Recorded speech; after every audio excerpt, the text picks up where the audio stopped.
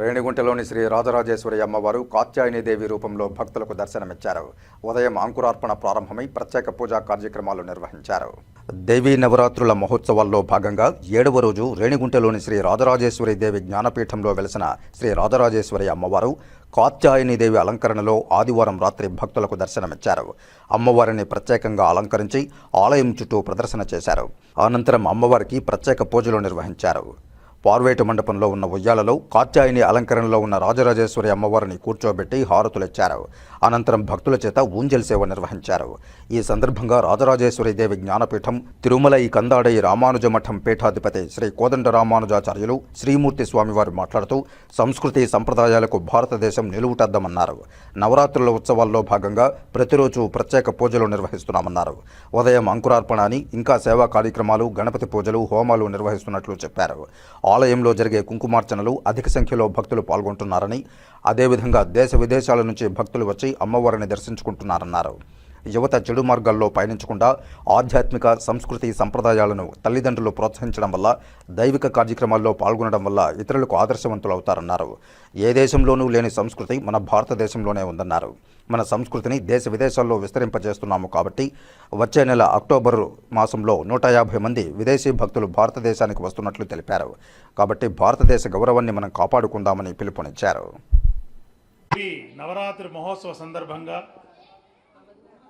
8వ రోజైన అష్టమ దివసం అష్టమ ఈరోజు భగవంతుడు దేవీ శరణవరాత్రి మహోత్సవ సందర్భంగా ఇక్కడ అమ్మవారి ఒక్కొక్క రోజు ఒక అలంకరణ రూపంతో అమ్మవారు భక్తులందరికీ దర్శనమిస్తూ ఉదయం నుంచి అనేక సేవా కార్యక్రమాలు ఉదయం అంకురార్పణ, కలశ పూజ, గణపతి పూజ, సుదర్శన హోమం ఇలా మహాయాగం నుంచి ప్రారంభించి కుంకుమార్చన కొన్ని వందల మంది ఉదయం పూట వచ్చి కుంకుమార్చనలో పాల్గొంటున్నారు.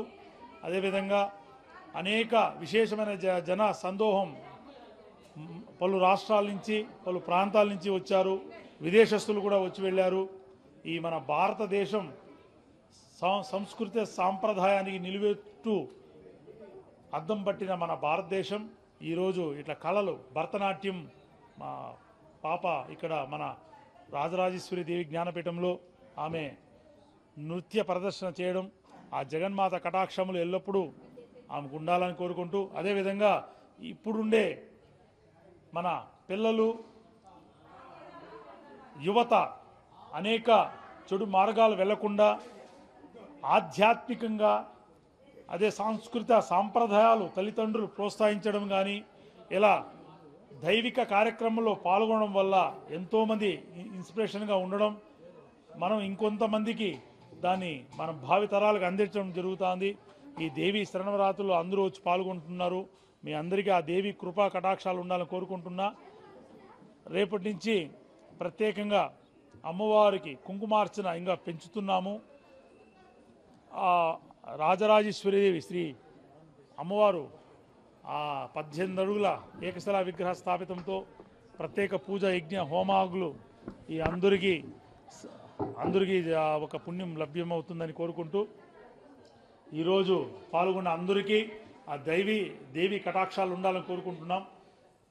మన భారతదేశం 136 దేశాల్లో, అదేవిధంగా 4500 భాషలు, 2500 మతాలు, రిలీజియన్లు అన్నిట్లోన సర్వజన సుఖినో భవంతం ఏకైక మన మతం హిందూ భారతదేశంలో మన సంస్కృతి సాంప్రదాయాల్లో ఏ దేశంలో లేని సంస్కృతి మన దేశంలో ఉంది.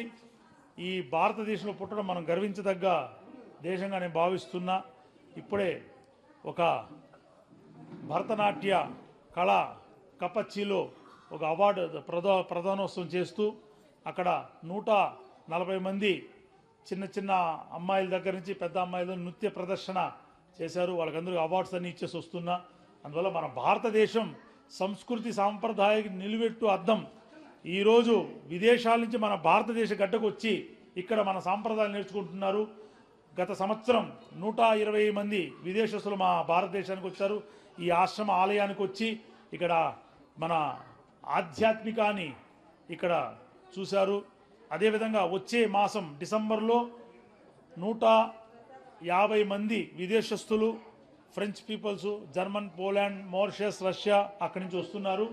ఈ మన సంస్కృతిని దేశ విదేశాలు విస్తరింపజేస్తున్నాం కాబట్టి మనమందరూ ఆ భారతదేశ గౌరవాన్ని మనం కాపాడుతున్నాము. ఆ జగన్మాత అనుగ్రహం, దేవి శరణవరాత్రి మహోత్సవ సందర్భంగా అనేక కార్యక్రమాలు, ఇంతమంది భక్తులందరూ వచ్చారు. ఇప్పుడు ప్రాకారోత్సవం జరుగుతుంది, అమ్మవారు దర్శించుకోండి. మీ అందరూ మంచి జరగనుకుంటున్నారు. జై శ్రీమాత.